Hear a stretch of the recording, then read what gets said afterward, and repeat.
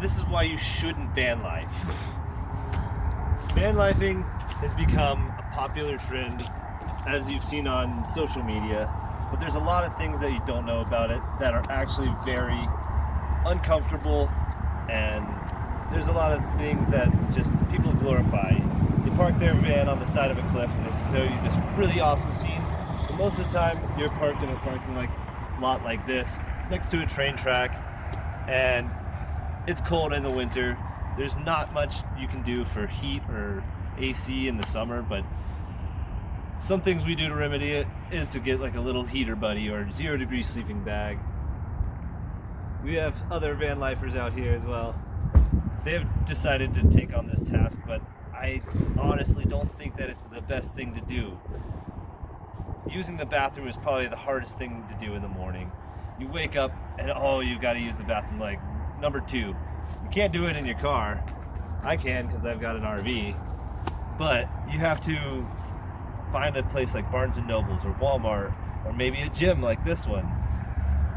And you can safely go inside, get a shower and stuff, but if you can't do that, say you're traveling and you're staying in parking lots all across the country, well, it's pretty not so great.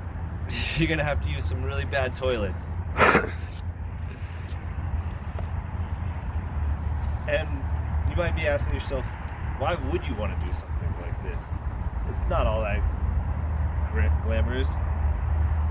You have to get rid of everything that you own, all your worldly possessions. So no more video games, no more TV. You have to downsize your clothing. You only bring about a week's worth of clothing with you anywhere you go, and then you just recycle those. So if you're okay with not having many clothes, then yeah, maybe, but most of the people out here, especially college students, don't want to have to get rid of everything that they own and downsize to this level.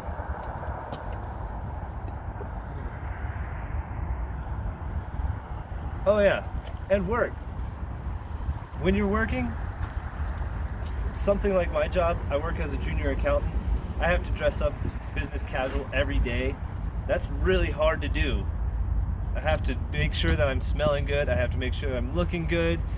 And getting to a place of business like that, I can't drive this. I have to drive a different car, which means you have to take different cars with you everywhere you go, which the logistics in that take up extra time in your day that you probably don't have like me.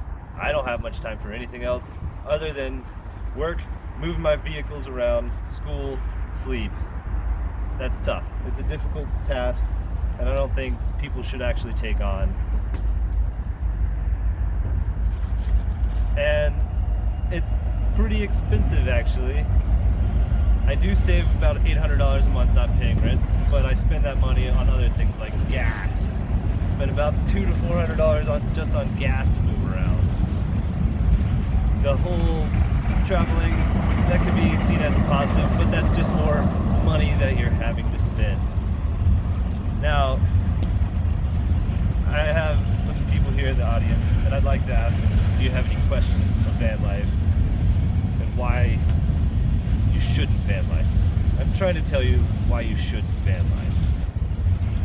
Any questions? Isn't it kind of nice to get to go anywhere though, not be tied down to things? For yes and no.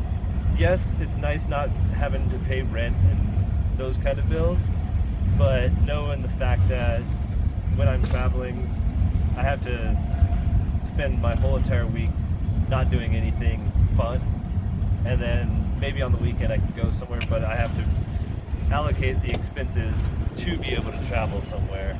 So it's not like Into the Wilds. No, not like Into the Wild. And being able to being able to travel is cool and all, but like there's just things like with work. If I had a mobile job, this would be really awesome. Like I can see how these social media people that get paid doing blogging and all this and that, they might be able to eke out some money by traveling and doing things on the road.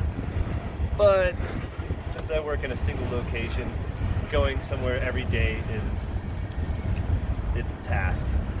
and it's not as awesome as I thought. I got a question. What about coyotes and wildfires? Have you encountered a lot of coyotes or wildfires during your van life experience? I do encounter coyotes quite a lot. We have, I think in the past week, we've seen 2 coyotes. And then over the summer, there was a wildfire that almost engulfed my RV. So we had to be really careful, and we had the RV parked up in the mountains. The mountain was on fire, and we couldn't get there because of the wildfire. So we were like, oh God, I hope it's still there. Luckily, it was still there. And I hope this convinces you to not buy a van and not live on the road. That's Joel Wallen signing off.